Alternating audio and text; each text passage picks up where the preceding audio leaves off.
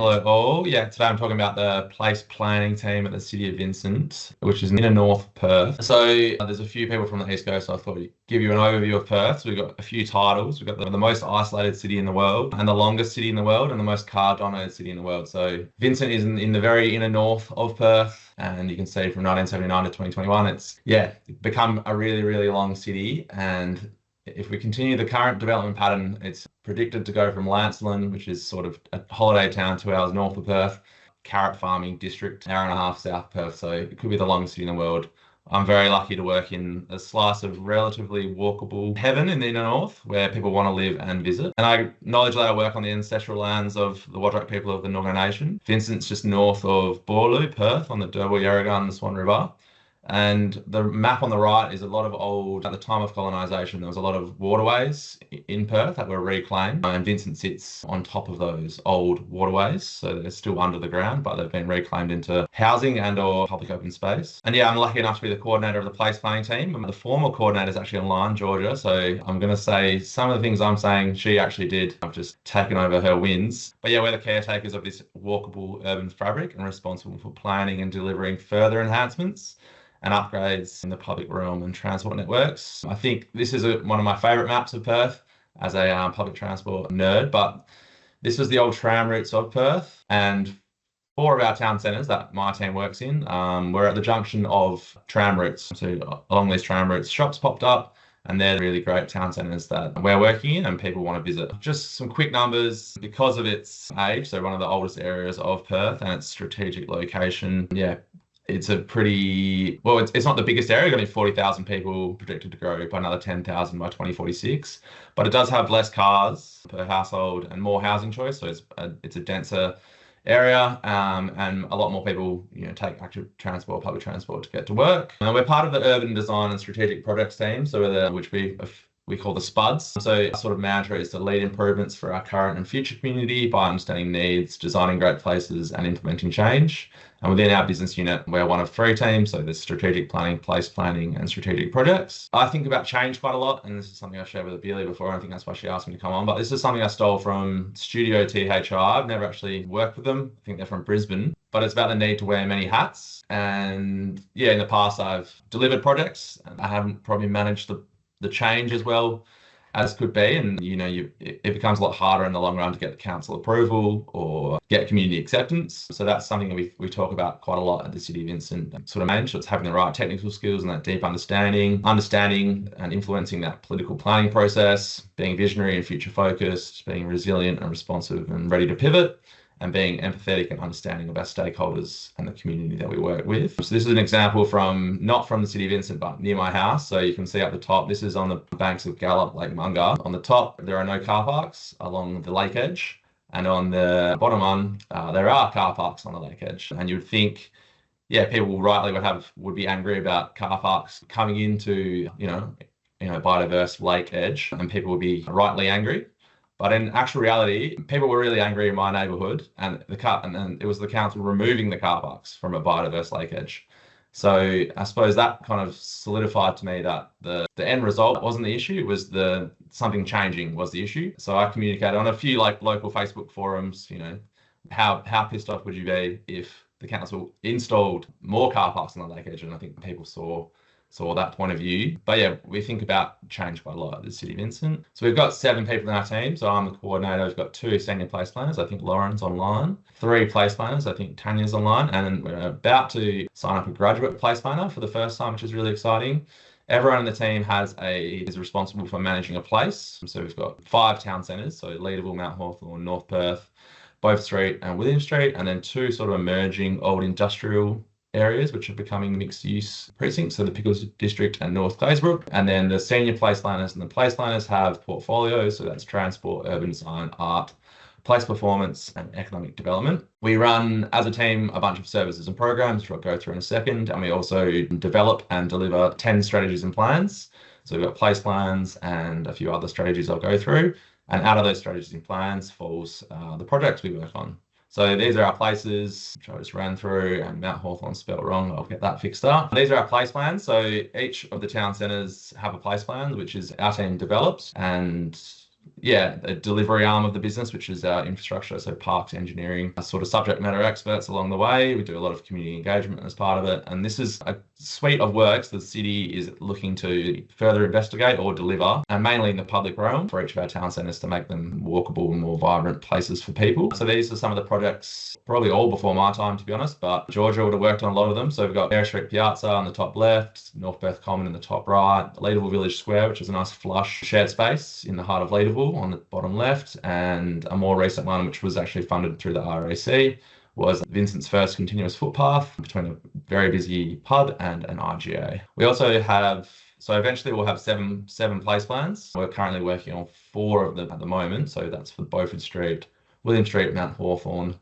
and North Perth, so 4 of the 5 town centres. But we also have 3 strategies. So we have the Accessible City strategy, which is a branded integrated transport strategy, the Thriving Places strategy, which is sort of a combination of economic development and sort of a public realm strategy, and also the arts plan that Lauren, who's on, looks after. So just, the vision of our Accessible City strategy, for instance, is we put people first, we get around, and getting around is safe, easy, environmentally friendly, and enjoyable.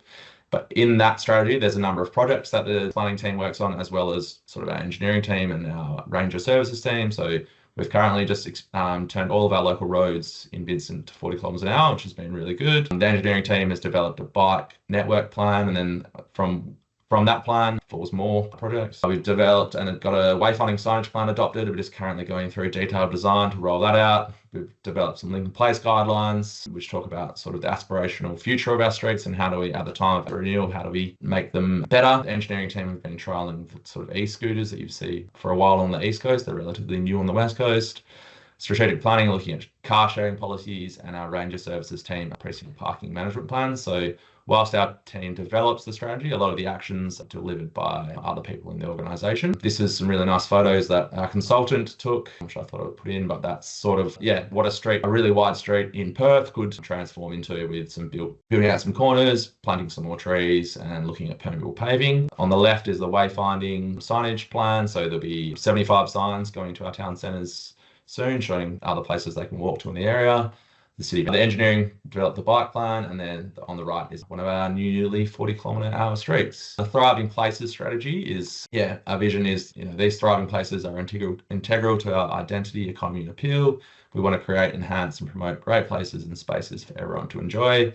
Again, here are some of the products that came out of that strategy. So the business enhancement grants, which I run. Emma, one of my colleagues, is looking into expanding the Shop Local campaign in partnership with our marketing team. IT team are keen on a smart cities plan. We're looking at developing minor streetscape improvement programs so we can continually invest in our public realm. The Ranger Services team, again, are doing the Safer Vincent plan. We're also investigating, given we're producing a lot of strategies and plans and projects, how do we fund them, these place-based projects? Just a quick case study on the business enhancement grant. So we've just finished assessing the second round. So we run one per year. So it's a match grant for up to $5,000 for small businesses or commercial landlords. And it's to do anything really with enhancing their shop fronts and footpaths. It's, I suppose, noting that we spend a lot of money and time and effort developing master plans and guidelines and improving our footpaths and public realms. But one of the best things about going to the Vincent Town Centres are going to these really cool small businesses. And this is a tangible carrot we can provide to people to firstly engage with us, and rather than us just trying to engage about nothing, and as well as give them a tangible bit of support to make these places better. So they can apply for painting their facades, public art, window dressing, alfresco dining, accessibility upgrades, creative signage, opening up tenancies, and landscaping. Last year we gave out around $90,000 of funding. This year we had 65 applications. This year we had 77 applications. I think they applied for almost $500,000. So we're currently just going through the assessment process and trying to pick the best $80,000 of grants. Here's some of the results from last year. So this commercial landowner installed some new awnings, and this sign looks like it's from 1929, but it was actually painted last year, and it's recognising, it used to be an old motorbike shop, which was a bit of an icon in Vincent, and it's called Pal and Panther. So that's what they reinstated that signage. And here's one of the sort of a retail shop in sort of an emerging precinct of Vincent, and they put tables, chairs, planter boxes, and painted the heavily tagged building quite a nice colour and put anti-graffiti coating on it. We also have the arts, which is a very aspirational vision of embedding creativity in everything we do, and for the City of Vincent to become the arts capital of Perth. So some of the projects we're working on there, supporting creative events, exploring Noongar culture and language in public places, running the City of Vincent Film Project, a mural co-funding program, a Lightbox Gallery program, a public infrastructure mural program, and looking into alternative arts grants. So these are some of the projects we're working on at the moment. So Lauren is very busy trying to get these 2 major public artworks in the ground and managing all the services, known and unknown, under the ground that come with a area that's built in the 1890s to early 1900s. And then we also, I think something that Vincent does really well is supporting other people. So this is through the events and special sponsorship festivals, sponsorship programs, which the marketing and communications team run. But this is the Pickle District, who are one of the town teams that we work with, and they're a really good event. And on the right is a mural that was funded through the mural co-funding program on a local business in North Claysbrook.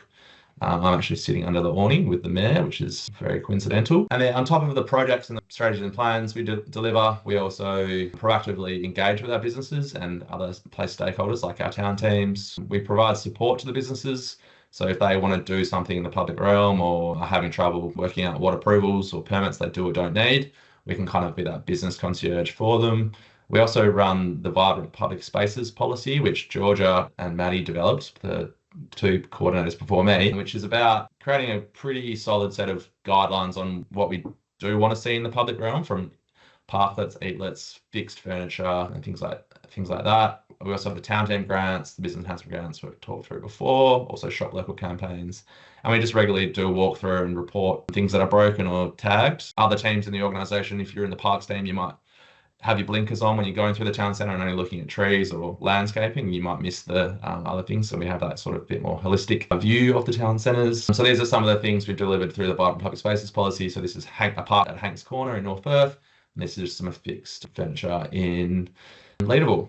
And then lastly, so I suppose in summary, our approach, I think it's quite hard to do bottom-up placemaking in local government. So acknowledging that a lot of the work we do is sort of top-down. We develop strategies and plans that strike a balance between aspirational and realistic. But we also deliver projects and really through community engagement and keeping people on the journey, managing that change, and also identifying and actioning that systems change internally.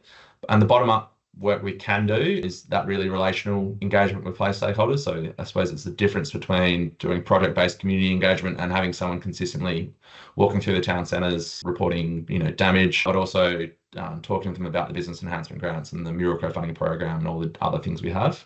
And facilitating others to do through grant programs and these business-friendly policy frameworks. I think that's it. Is that your experience as well, Eamonn? In City of Vincent, the sort of combination of the capital works and the placemaking projects are needed? We've done a few sort of more place activation things, but just because we have such a big project load and how much resources and time the tactical urbanism stuff takes, we haven't actually done as much as sort of other governments around town. So I suppose our change management is probably more like really focusing on community engagement and like pretty clear communication and setting expectations with the community on what they can and can't influence and sharing between that space. We'd love to be able to do a bit more. We need a few more staff, which noting we do have more staff than Queen Beer. That'll make Tracy fall off a chair.